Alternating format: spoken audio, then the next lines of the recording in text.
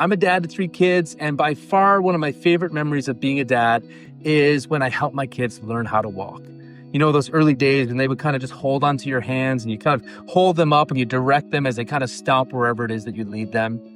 The funny thing is truthfully, in those early days, they really didn't have the strength and the skills to walk on their own at all.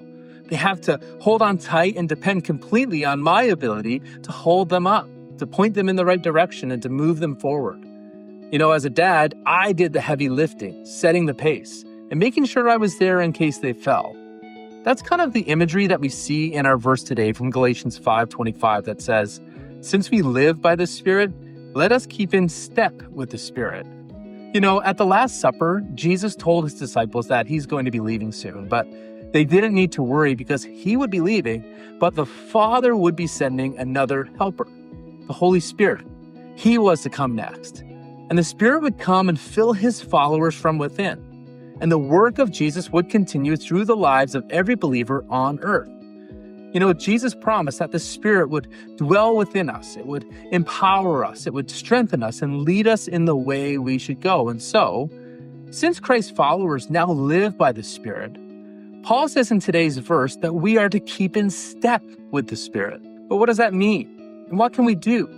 Well, much like my little kids, it's really about depending, following, and trusting in him who's eager to help us. This looks like reading and living by the scriptures which were inspired by the Holy Spirit. It means seeking to be filled with the Holy Spirit and strengthening our connection with God. It means depending on the Spirit's leading and letting him guide our decisions. It means not running ahead or lagging behind, but moving forward at the pace that God sets. Ultimately, it means not walking this Christian life without him. See, keeping in step with the Spirit means that he's in charge, and we live our lives in partnership with him, following his lead and leaning on him, trusting him to completely hold on to us. And so I'm curious, as you reflect on your walk with God, are you in or out of step with the Spirit?